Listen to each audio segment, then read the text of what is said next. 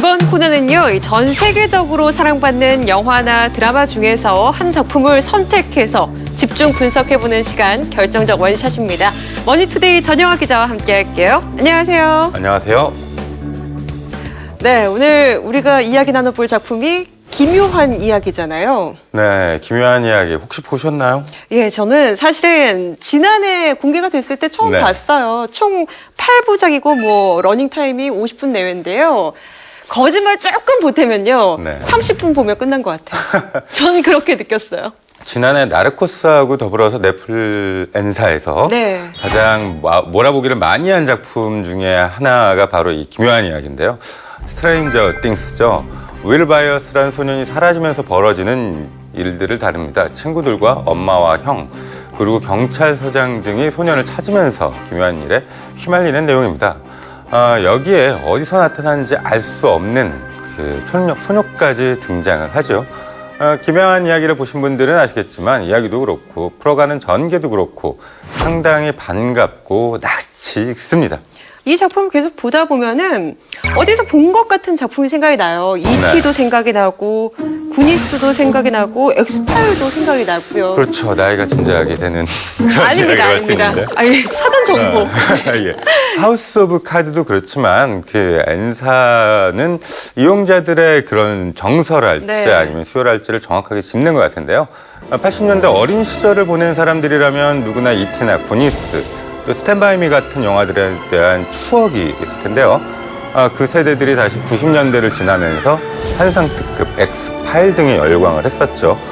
이런 작품들의 추억이 있는 사람들이 또 엔사의 주요 이용자들이고요. 상대적으로 어린 이용자들에겐 새로움을 주고 8, 90년대 정서를 갖고 있는 이용자들에겐 추억을 자극한다고 할 수 있겠죠. 미국 영화배우 조합 시상식에서 네. 작품상에 해당하는 앙상블상을 받기도 했다고 하는데요. 많은 분들이 굉장히 호평을 하고 계시는데 저는 감독이 했던 캐스팅의 신의 한 수가 네. 11 역의 밀러 바비 브라운이 아닐까 싶어요. 제가 감독이면 전 네. 맨날 업고 다닐 것 같아요. 그 머리를 이제 빡빡 깎고 네. 굉장히 이제 뭔가 어디선가 모를 기괴한 느낌을 주죠. 특이해요. 캐스팅을 했을 때 오디션을 보고 보통 캐스팅 디렉터가 당신 합격했습니다. 네. 이렇게 얘기를 하는데 네네. 밀바비 브라운 같은 경우에는 감독들이 형제죠. 그 전화를 해서 당신이 우리의 11 해줬으면 좋겠어.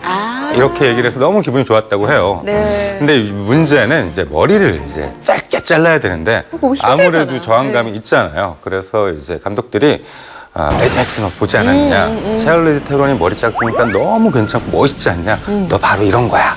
이렇게 해서 꼬셨다고 해요. 저는 안 넘어갔을 것 같은데.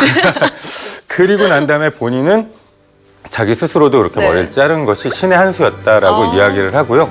그런 머리를 삭발한 모습이 주는 기괴한 정서가 있잖아요. 네. 이것들이 또 많은 사람들에게도 비슷한 영감을 줘서 그런지 몰라도 그 뒤로도 뭐 커버 스토리 여러 잡지들의 커버를 장식하기도 하고요. 여러 네. 패션쇼에도 그 어린 나이에 이미 많이 참석하기도 하더라고요. 사실 엠마 왓슨이요. 네. 해리포터 시리즈를 찍으면서 이제 전 세계인들의 사랑을 받았잖아요. 그렇죠. 그리고 이제 성인이 될 때까지 쭉 그 관심과 사랑 속에 컸단 말이에요. 저는 이 친구를 보면서 엠마 왓슨보다 좀 더 내공이 깊은 이런 배우가 되지 않을까 감히 추측을 해봤습니다. 그 얘기를 고스란히 전해주면 굉장히 좋아하겠네요. 전해줬으면 좋겠어요. 네. 이 기묘한 이야기는 8부작인데도 이게 쭉 하나의 스토리가 이어져 가는데 지루하지가 않아요.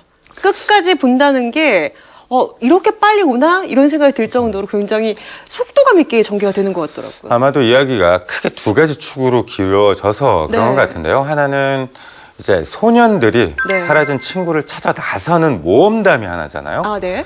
그리고 거기에는 이제 11이라는 엘이라는 소녀, 초능력을 쓰는 소녀가 같이 거기에 동참하게 되고 네. 그다음 또 하나는 뭔가 정부가 갖고 있는 비밀스러운 프로젝트, 음모론이 바닥에 깔려 있고요. 이 두 가지 이야기가 동시에 진행이 되는데 나중에 이 두 가지 이야기가 하나로 합쳐지죠. 네. 그 지점들을 굉장히 절묘하게 이끌어가고 있는 것 같아요. 또 소년소녀들이 너무 귀엽고 앙증맞아. 그 또래 사회에 네. 룰이 있지 않아요? 그걸 지켜나가는 모습들이 그렇죠. 너무 아기자기하고 친구들은 귀여워요. 거짓말을 하지 않는다. 너무너무 다시 한번 새겼잖아요. 뭐 다들 보셨겠지만 E.T.에서 그 날아가는 모습, 네. 또 구니스에서 자전거를 타고 다니는 모습, 그런 것들이 주는 신뢰, 또 좋았던 시절에 대한 추억, 친구끼리는 거짓말을 하지 않는다는 그런 우정, 이런 것들이 굉장히 크게 또 작용한 것 같습니다. 네. 이 작품의 배경이 1980년대잖아요. 네. 사실은 워낙에 조용한 시골의 한 마을이에요. 윌이 사라진다는 것, 실종 사건이 벌어진다는 것 자체가 이 동네에서는 뭐 어디 이혼한 아빠 집에 가 있지 않을까? 뭐 대개는 가족과 친지랑 같이 있어. 이런 식으로 얘기를 풀어나가기 시작하는데 엄마는 다르더라고요. 위노나 라이더 얘기를 좀 해야 될 것 네. 같은데요. 엄마의 그런 어떤 모성애나 이렇게 좀 아들을 찾겠다는 의지를 굉장히 잘 표현한 그런 캐릭터가 아니었나 하는 생각이 들더라고요. 그 위노나 라이더는 저희 어렸을 때만 해도 뭐 소피 마르소, 또 왕조연 뭐 이런 분들하고 같이 책받침 요정으로 불렸던 그런 스타셨군요. 그런 분이었습니다. 위노나 라이더가 딱 등장할 때만 해도 굉장히 청순하고 단아한 그런 이미지였죠. 그런데 이 기묘한 이야기에서는 아들 잃어버리고 그래서 그 절절한 그런 맞아요. 고통을 그 호소하는 모습으로 나오잖아요. 실제로 위노나 라이더는 그 실종된 아이를 위하여서 기부금을 모으기도 했을 정도로 이런 문제에 대한 되게 관심이 많다고 해요.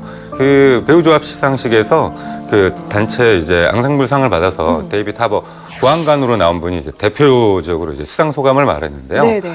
수상 소감에 나는 원래 메소드 연기를 하는 배우가 아닌데 위노나 라이더가 같이 연기를 하면서 그녀가 워낙 그 진심으로 아들을 잃어버린 엄마를 연기해서 자기도 모르게 그렇게 연기를 하게 됐다라고 칭찬을 하는 그런 수상 소감을 해요.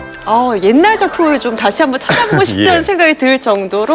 이거는 뭐 다들 아실 테니까. 네. 한번 쭉 작품 목록을 살펴보도록 하겠습니다. 네. 다시 이제 작품 세계관으로 좀 얘기를 나눠볼게요. 여기에 보면은 뭐 어둠의 계곡, 데모고르곤 이런 좀 추상적인 얘기들이 나오는데 이게 사실은 보드게임에 나오는 그런 것들이라면서요? 네, 미국에서 80년대 굉장히 유행했던 던전 앤 드래곤이라는 네. 이제 보드게임에서 나왔다고 하는데요. 그 어둠의 계곡이라는 게 결국은 그 이 영화의 주요한 이제 포인트이자 세계관인 업사이드 다운이라는 곳을 어떤 지점을 얘기하는 거잖아요. 네네. 평행 우주이기도 하고 그렇기 때문에 이 첫 회 첫 장면이 굉장히 중요하다고 생각해요. 맞아요. 첫 회 첫 장면이 모든 아이들이 모여서 이제 이 보드 게임을 하잖아요. 데모고르곤이라고 그런 괴물이 나오고 그리고 이런 어둠의 계곡이라는 그런 어떤 장소. 네. 사람들이 침투하지 못하지만 언제나 우리 곁에 있는 그런 부분에 대해서 이야기를 하는데 바로 그 게임에 대한 설명 자체가 이 이야기의 전체 색이었던 것이죠. 그러니까 그걸 마지막에까지 보신 분들은 라고 동의하실 것 같습니다. 시즌 1 마지막 보셨죠? 아우.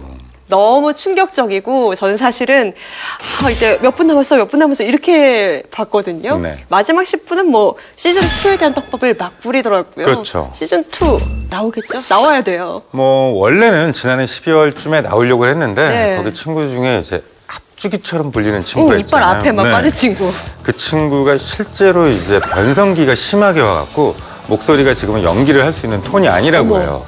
그래서 아예 제작진이 그러면 1년 뒤에 과연 이 아이들이 어떻게 자라고 이 세계가 어떻게 바뀌었는지를 담자라고 해서 올 하반기쯤 다시 한번 이제 시즌 2를 내보낸다고 하고요. 사실 이 제목이 영어 제목이 스트레인저 띵스잖아요. 네. 발음이 안 좋습니다만 아유, 복수형이잖아요. 좋습니다. 네. 즉 시즌 2로 가면 띵스인 것만큼 좀 여러 가지 그런 것들이 등장하지 않을까라고 기대를 해봅니다. 오늘 결정적 원샷 첫 번째 시간이었어요. 전영화 기자님 함께 하셨는데 함께 하신 소감 어떠셨는지 궁금합니다. 기묘한 이야기라는 드라마에 대해서 또는 또 다음번에는 어떤 영화가 소개할 수도 있겠지만 이렇게 네. 뭔가 좀 깊고 또 즐겁게 이야기 나눌 수 있는 코너가 있다는 게 굉장히 좋았고요. 네. 또 그것을 그대로 전달할 수 있다는 것도 굉장히 좋았습니다. 정말 기묘한 이야기를 첫 회에 소개해드릴 수 있게 돼서 저는 개인적으로 너무 영광이었어요. 예. 네, 지금까지 계속 봤지만 앞으로 또 이제 시즌 2를 기다리는 마음으로 다시 한번 정주행을 해보고 싶다는 생각이 드는 그런 작품이었습니다.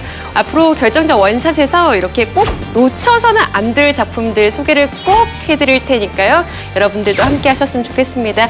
오늘 이야기 여기서 줄일게요. 지금까지 전영화 기자님과 함께했습니다. 고맙습니다. 감사합니다.